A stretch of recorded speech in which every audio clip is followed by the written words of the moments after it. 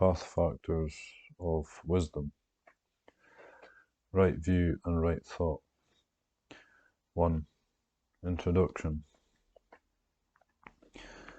Buddhist spiritual practice may be defined as the way in which laws of nature benefit human beings, or as the application of one's knowledge of such laws in order to benefit humanity. Correct or excellent spiritual conduct thus refers to living one's life in a way that optimizes how natural causal dynamics benefit oneself and others. One conducts one's life with insight into nature, acting to induce causes and conditions that generate favorable results for all people. This emphasis is particularly evident in the teachings on volitional actions, karma or karma. Technically speaking, one practices the middle way, Majjhima Patipada. One applies the middle teaching, Majjhena Dhamma Desana, the impartial teaching of truth to benefit humanity and to reach the final goal of the Buddha's teachings. Virtuous conduct, Kariya, can thus be divided into 3 stages. First, to know the truth of nature, to have insight into nature, that all things exist according to causes and conditions. Second, to use this knowledge beneficially to conduct oneself in harmony with the laws of nature and to act in a way that generates favorable results. Third, when one acts in accord with causes and conditions, one allows them to generate results automatically and independently. One observes them with understanding without grasping onto them and affixing a sense of self. Knowledge is thus the mainstay of virtuous conduct. It is a vital factor from beginning to end. Virtuous conduct is equivalent to living with wisdom. A virtuous person is thus referred to as a pandita, a wise person. Because wisdom is required from the start, the Buddhist system of spiritual conduct, the path, Magga, the middle way, begins with right view, Samaditi, right understanding. 2. Right view, Samaditi. A. Importance of right view. Monks, just as the dawn's light is the harbinger and precursor of the rising of the sun, so too right view is the forerunner and precursor of awakening to the Four Noble Truths as they really are. It is to be expected that a monk with right view will understand as it really is. This is suffering, this is the cause of suffering, this is the cessation of suffering, this is the way leading to the cessation of suffering. Monks, of all the path factors, right view comes first. And how does right view come first? With right view, one understands wrong view as wrong view, and right view as right view. One understands wrong thought as wrong thought, and right thought as right thought. One understands wrong speech, wrong action, wrong livelihood, right livelihood as right livelihood. And how is right view the leader? When one possesses right view, right thought comes into being. When one possesses right thought, right speech comes into being. When one possesses right speech, right action comes into being. When one possesses right action, right livelihood comes into being. When one possesses right livelihood, right effort comes into being. When one possesses right effort, right mindfulness comes into being. When one possesses right mindfulness, right concentration comes into being. When one possesses right concentration, right knowledge comes into being. When one possesses right knowledge, right deliverance comes into being. Thus, the trainee who possesses 8 factors becomes an arahant who possesses 10 factors. That a monk with rightly grounded view, with a rightly grounded development of the path, could pierce ignorance, arouse true knowledge, and realize Nibbana. This is possible. For what reason? Because his view is rightly grounded. I see no other thing which is so conducive for the arising of non-arisen wholesome qualities, or for the increase and prosperity of arisen wholesome qualities as right view. B. Definitions of right view. The most common definition for right view is a knowledge of the Four Noble Truths. And what amongst is right view? Knowledge of suffering, knowledge of the origin of suffering, knowledge of the cessation of suffering, knowledge of the way leading to the cessation of suffering. This is called right view.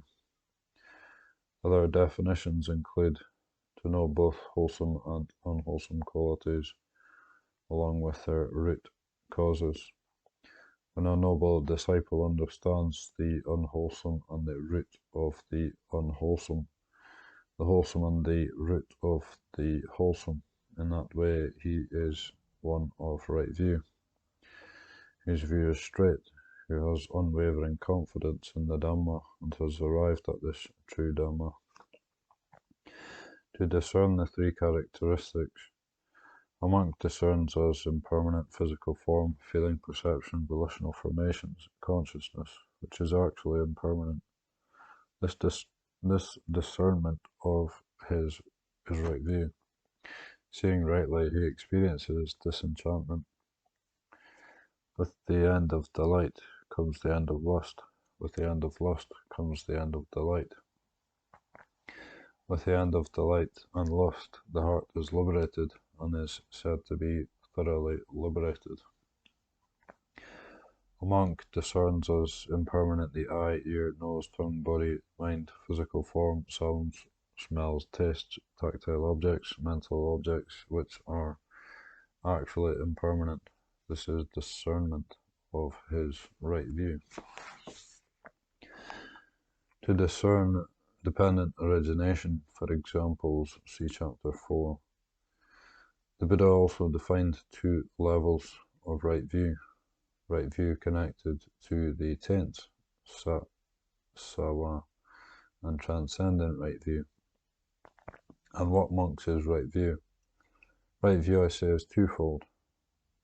There is right view that is affected by tense, classified as meritorious, bearing fruit in respect to the 5 aggregates, and there is right view that is noble, taintless, transcendent, a factor of the path. And what is right view? That is affected by the tense, classified as meritorious, and bearing fruit in respect to the 5 aggregates. Gifts bear fruit, offerings bear fruit, actions of worship bear fruit. There is fruit and result of good and bad actions. There is this world and the other world. There is mother and father. There are beings who are reborn spontaneously.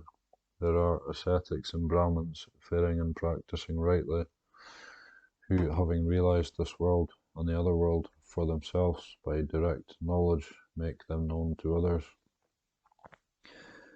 This is right view affected by the tense, classified as meritorious, and bearing fruit in respect to the 5 aggregates.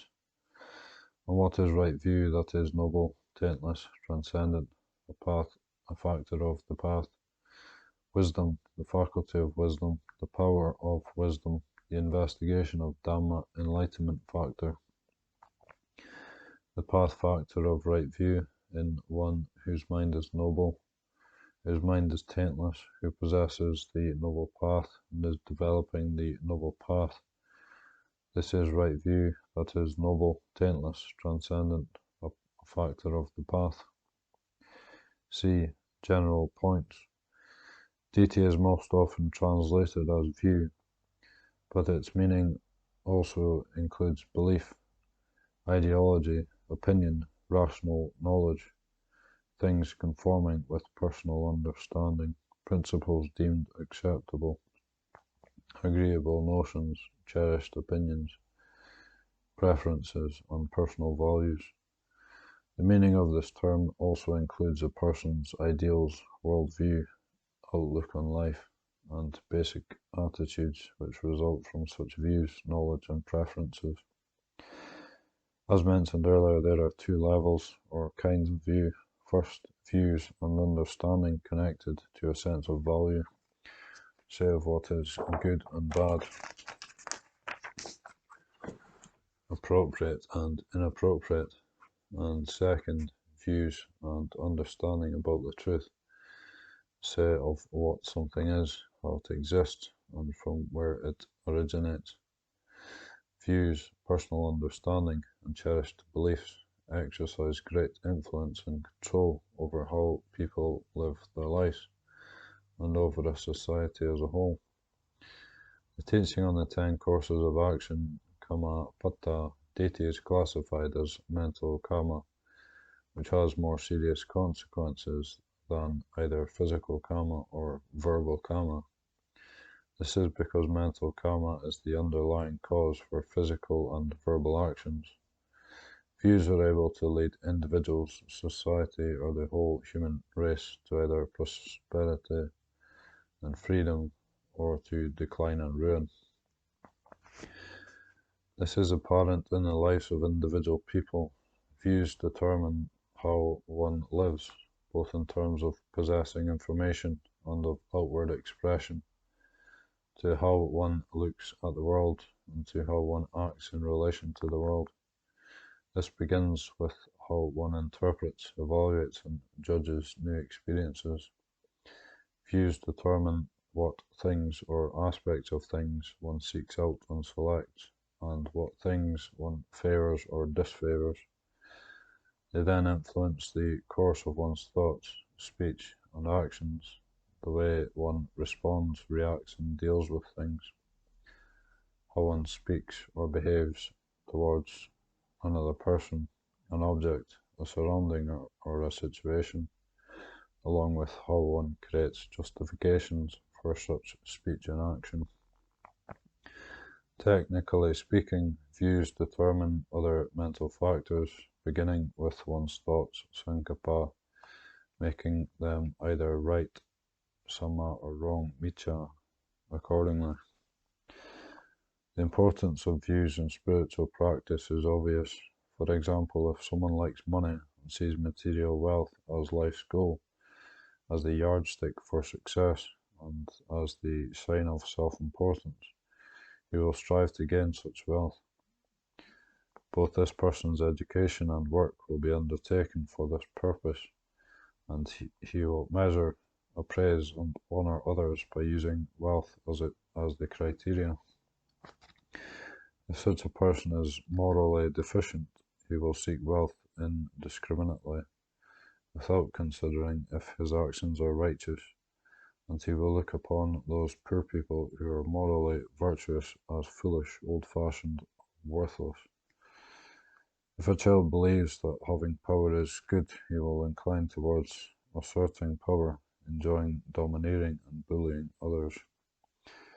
If a person does not believe in merit, punya, and evil, papa, and views these terms as empty threats, he will not pay attention to teachings on wholesome behaviour, or refrain from things considered unskillful.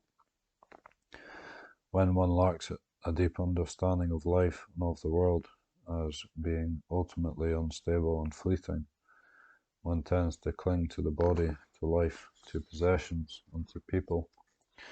One is generally anxious and frightened, and one gives expression to the suffering resulting from one's attachment and fear.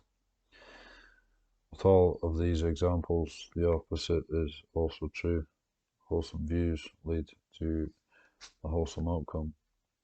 Right view is called samaditi, and wrong view is called miccha ditti. The conditions for wrong view or harmful influence by other people, a bad social environment, especially evil friends, and a lack of wise reflection, ayoniso manasikara, an inability to contemplate or a tendency to think in correct ways. The conditions for right view or a beneficial influence by other people to be correctly moulded and instructed by a favourable social environment, especially through contact with virtuous friends, by associating with honest people, and wise reflection. The main focus of this chapter is right view, with occasional references to wrong view. Right view is divided into two kinds or two levels. 1.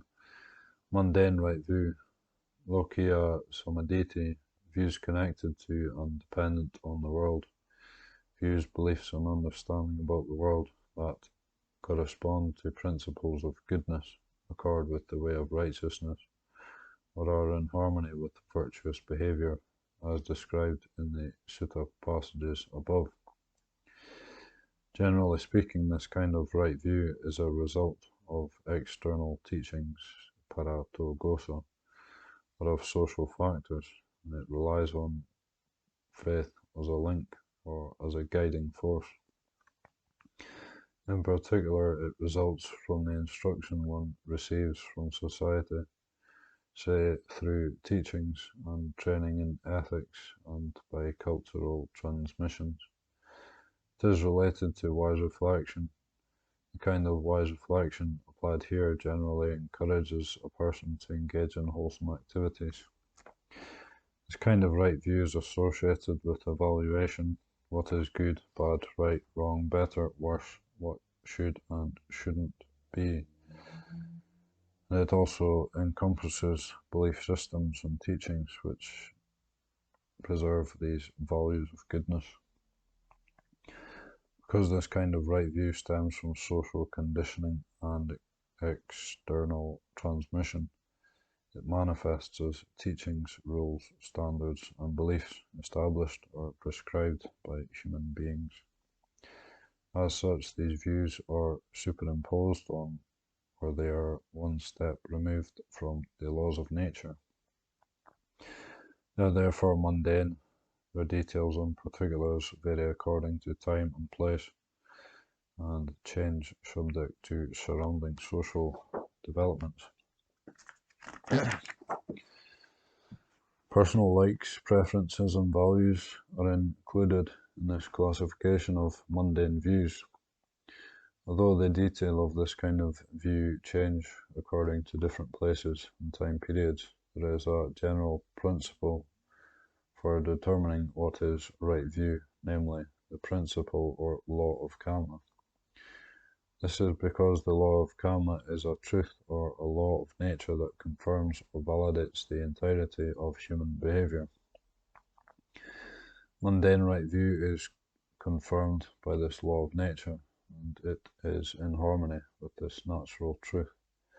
For this reason, mundane right view is occasionally defined as kamma sakatayana, the knowledge that people are the owners of their karma, that they must be held accountable for their actions, and that they receive the fruits of their actions. This knowledge is in accord with the law of karma. In other words, it is the knowledge that all human behavior and the results of such behavior proceed according to the law of interrelated causes and conditions. Mundane right view reflects the basic values of people, example, a sense of responsibility for one's actions, the wish for results from one's actions, efforts, capabilities, and intelligence, the ability for self-reliance, and the endeavour for mutual assistance. Note that knowledge of the law of karma here is simply a basic understanding of how each individual is the owner of his or her intentional actions and must take responsibility for them. This knowledge accords with the law of karma, but it is not yet a direct understanding of this law, or a direct insight into the law of causality. This deeper knowledge or insight is classified as transcendent right view, which will be discussed below. Moreover, there are other ways to measure mundane right view, for example, views which support and are conducive to a happy life and a thriving society, or views which help a person advance on the path and engenders other path factors, beginning with right thought. Because mundane right view corresponds with truth, it can be linked up with and lead to transcendent right view.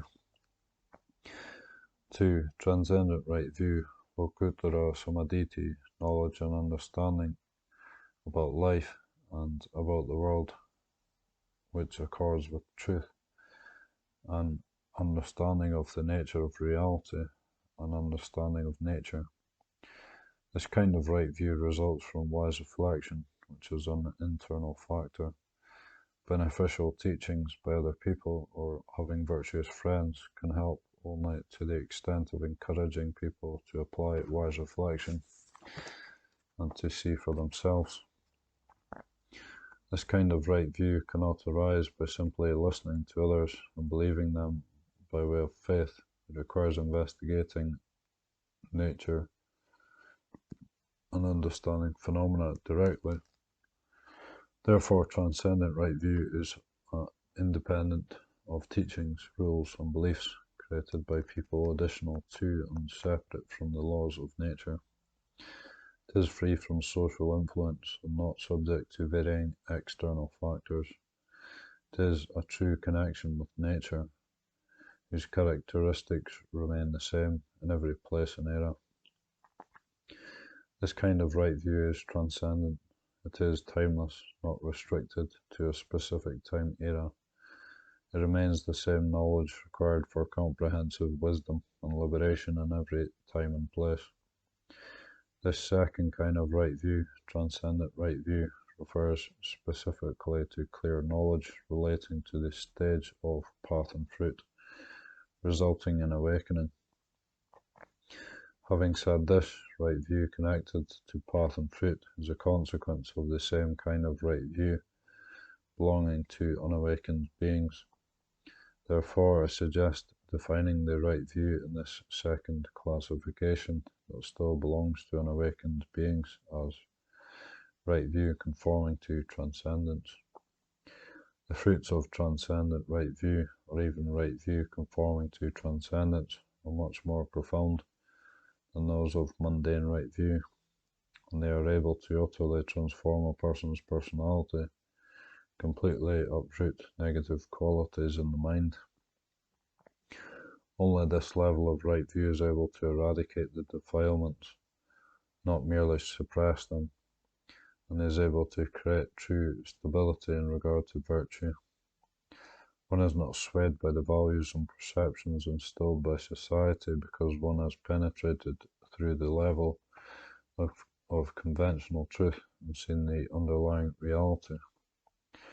The subject has an important bearing on spiritual development. Here one needs to consider the proper relationship to both human society and to nature, to recognize how to properly benefit from these two sources. As mentioned above, right view conforming to transcendence stems from wise reflection, which plays an essential role. Generally speaking, the behavior of unawakened persons is dictated by values instilled by society. For example, to abstain from specific kinds of bad deeds and to perform specific kinds of good deeds, according to model teachings, instructions, transmissions, edicts, etc. Whenever unawakened persons are not governed by such socially instilled values, they are prone to falling subject to craving, tanha, which in today's parlance may be referred to as negative emotions. Wise reflection helps to free people from the influence of social values and from the enslavement by mental defilement. It engenders a freedom of behavior guided by wisdom. In some, at initial stages of spiritual practice, when one thinks or acts without the presence of wise reflection, one either succumbs to external social values or one falls under the power of one's own craving. When one possesses transcendent right view, however, one is truly liberated from the influence and power of society and from personal craving. Whenever view deity becomes right view, it is equivalent or synonymous to wisdom, even though at beginning stages right view is still just an opinion or a belief. This is because the opinion or belief corresponds with truth and is based on an understanding of reality, and begins to escape from the clutches of ignorance and craving. Even though the views and beliefs later transform into clear knowledge, jnana, this knowledge is still referred to as right view in order to acknowledge progressive and connected development of discernment. The term right view thus has a broad meaning, encompassing correct views and opinions, as well as a direct knowledge of the truth.